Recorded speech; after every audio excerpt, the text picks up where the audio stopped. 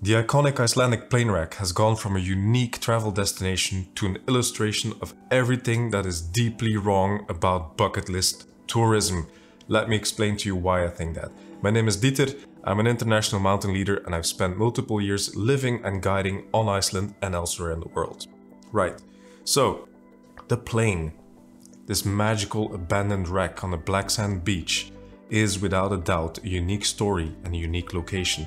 Or at least it used to be, until it turned into this horrible money-cashing machine clown show where people die. I'm not exaggerating. So this horrible accident happened, the plane crashes, the people survive, and then you're left with this wreck on this empty piece of basically useless land. And the farmers, they wanted the wreck gone. They wanted to, get the Americans to come in there, get their junk and leave.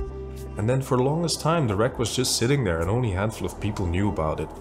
People were visiting Iceland and people were taken to this wreck, which is like alien. It's just so surreal to see it.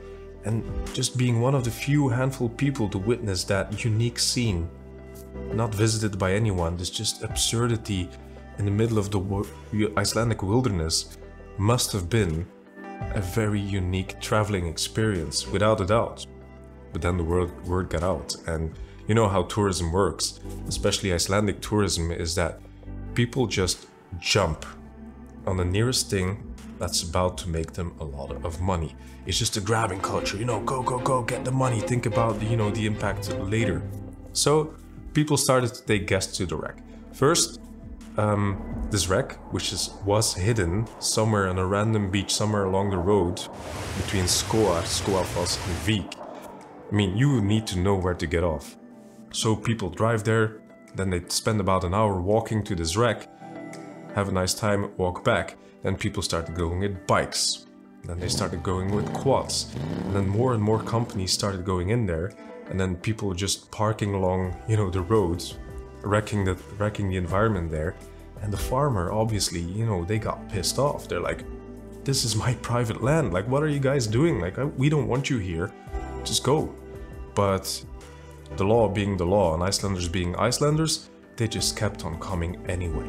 So this unique hidden location first got a car park, so people could at least, park safely.